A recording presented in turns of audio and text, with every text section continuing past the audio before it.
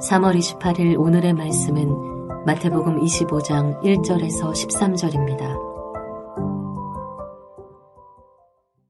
그때 천국은 마치 등을 들고 신랑을 맞으러 나간 10 처녀와 같다 하리니 그 중에 5은 미련하고 5은 슬기 있는 자라. 미련한 자들은 등을 가지되 기름을 가지지 아니하고 슬기 있는 자들은 그릇에 기름을 담아 등과 함께 가져갔더니 신랑이 더디옴으로 다 졸며 잘세. 밤중에 소리가 나되 보라 신랑이로다 맞으러 나오라 하매 이에 그 처녀들이 다 일어나 등을 준비할세. 미련한 자들이 슬기 있는 자들에게 이르되 우리 등불이 꺼져가니 너희 기름을 좀 나눠달라 하거늘 슬기 있는 자들이 대답하여 이르되 우리와 너희가 쓰기에 다 부족할까 하노니 차라리 파는 자들에게 가서 너희 쓸 것을 사라 하니 그들이 사러 간 사이에 신랑이 오므로 준비하였던 자들은 함께 혼인잔치에 들어가고 문은 닫힌지라. 그 후에 남은 처녀들이 와서 이르되 주여 주여 우리에게 열어주소서. 대답하여 이르되 진실로 너희에게 이르노니 내가 너희를 알지 못하노라 하였느니라. 그런즉 깨어있으라. 너희는 그날과 그때를 알지 못하느니라.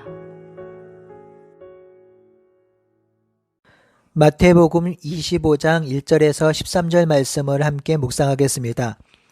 23장에서 예수님은 종교 지도자들을 향한 7번의 화를 선포하신 후에 그들의 죄악으로 인해 필연적으로 일어날 예루살렘의 멸망을 한탄하셨습니다. 그리고 나서 24장과 25장에서 예루살렘 성전의 파괴와 종말에 관한 예언을 이어가십니다. 특별히 24장 36절에서 25장 마지막까지는요, 마지막에 관한 것을 비유로 말씀하시죠. 이 비유 중에 하나인 우리에게 너무나도 친숙하고 잘 알려진 10 처녀 비유를 오늘 살펴보겠습니다. 제가 지난번에 비유를 해석하는 팁을 알려드렸는데요. 비유 해석의 열쇠는 비유로 말한 사람의 의도와 그 이유를 비유로 말한 목적을 찾는 것입니다. 이것에서 벗어나 비유를 해석하면 비유는 정말 황당한 해석과 적용을 하게 됐지요. 예를 들어 한번 설명하겠습니다. 누가복음 10장에 기록된 사마리아인의 비유 아시죠? 그 비유의 핵심은 누가 강도 만난 자의 이웃인가 하는 것이죠. 이 비유를 통해서 강도 만난 자의 이웃은 제사장도 아닌 레위도 아닌 바로 사마리아인이라는 것이죠. 그런데 제가 중고등부 때요, 이 비유를 가르쳤던 선생님께서 이렇게 말씀하셨어요. 사마리아인이 주막에 강도 만난 자를 맡기는데요. 그 주막이 교회라고 하셨습니다. 그래서 제가 질문했죠. 그러면 왜 교회가 돈을 받아요? 사마리아인이 강도 만난 자를 주막에 맡기고 치료비가 더 들면 주겠다고 했거든요. 선생님이 아무 말도 하지 않으셨습니다. 우리가 비유를 해석할 때 이런 우를 범할 수 있다는 것이죠. 오늘과 내일 비유를 묵상할 것인데 예수님이 비유로 말씀하신 의도와 목적을 잘 헤아려서 묵상하길 바랍니다. 25장 1절에 이 비유로 말씀하신 때가 바로 그때입니다. 그때는 예수님이 죽으시기 전, 그리고 예루살렘 멸망과 종말의 때를 예언하시던 바로 그때입니다. 그때 비유로 말씀하시죠. 그러니 이 비유는 마지막 때에 관한 이야기임에 확실합니다. 1절도 그렇게 시작하지요. 천국, 하나님 나라는 10 처녀가 저마다 등불을 가지고 신랑을 맞으러 나간 것에 비유할 수 있다라고 하셨지요. 이 10 처녀 중에 5 처녀는 슬기로운 처녀, 다른 5 처녀는 미련한 처녀입니다. 미련한 처녀는 등을 가지고 있지만 기름을 가지고 있지 않습니다. 슬기로운 처녀는 등에 기름을 가득 담은 처녀이지요. 그런데 신랑을 기다리는데 신랑이 더디 옵니다. 그래서 모두 잠이 들었죠. 모두 깊은 잠이 들었던 그때에 신랑이 찾아왔습니다. 슬기로운 5 처녀는 등에 불이 밝혀 있으므로 신랑을 만났고요.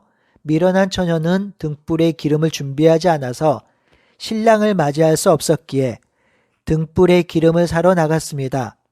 미련한 다섯 처녀가 등불에 기름을 사러 간 사이에 신랑을 만난 다섯 처녀는 혼인 예식장에 들어갔고요.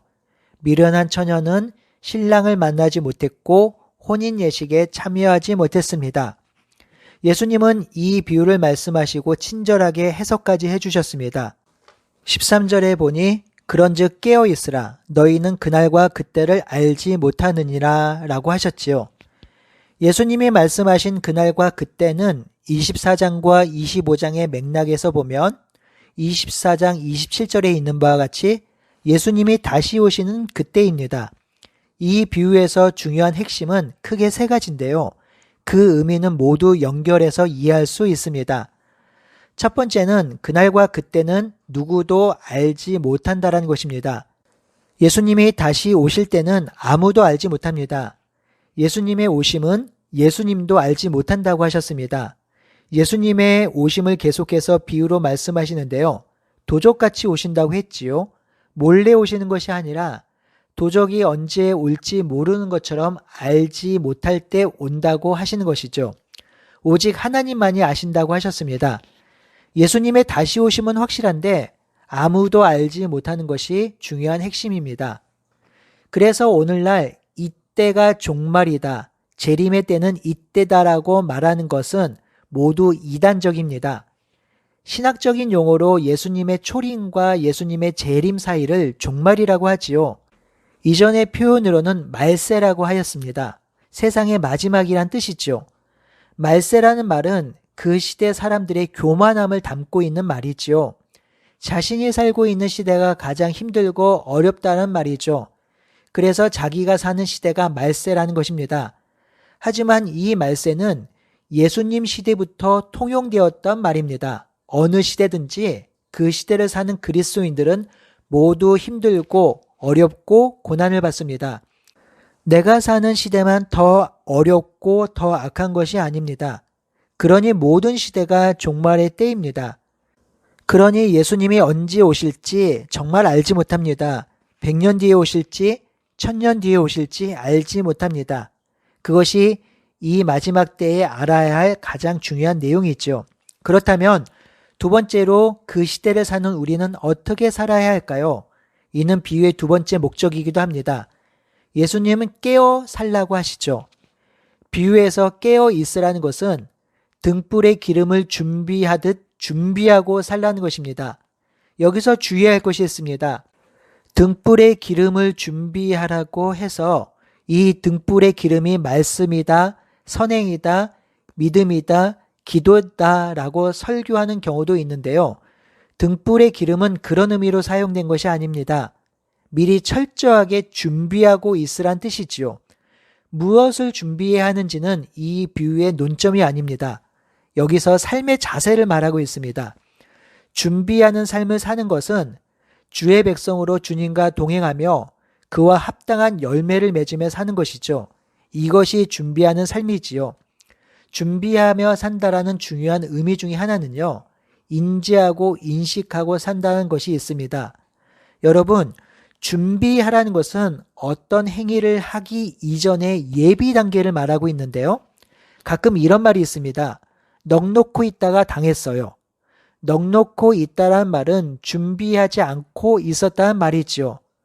준비는 재림이 올 것이다. 예수님이 다시 올 것이다라는 것들을 인식하고 인지하고 사는 삶을 뜻합니다. 여러분, 예수님이 올 것이다, 다시 올 것이다 인지하고 생각하며 살면 어떤 삶을 살까요? 저는 나그네와 같은 삶을 사는 것이라고 생각합니다. 내가 이 땅에서 천년만년 사는 것이 아니라 예수님이 다시 오셔서 세우실 영원한 본향, 하나님 나라에서 살 것임을 기억하고 사는 것이죠. 나그네로 산다면 이 땅에서 너무 많이 가지려고 하지 않을 것이고요. 너무 없어도 낭망하지 않을 것입니다. 또한 유목민 같은 삶을 사는 것입니다.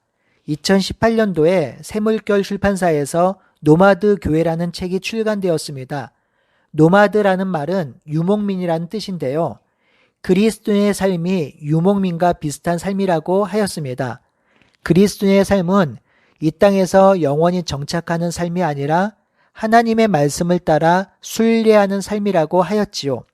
이런 노마드 정체성을 가진 그리스도인이라면 이 세상 모든 영역에서 하나님 나라의 가치와 정신을 드러내는 그리스도인으로 살 수 있다고 하였습니다. 깨어 있으란 말은 준비하며 살라는 말이며 준비하며 사는 삶은 재림을 준비하는 삶이고요.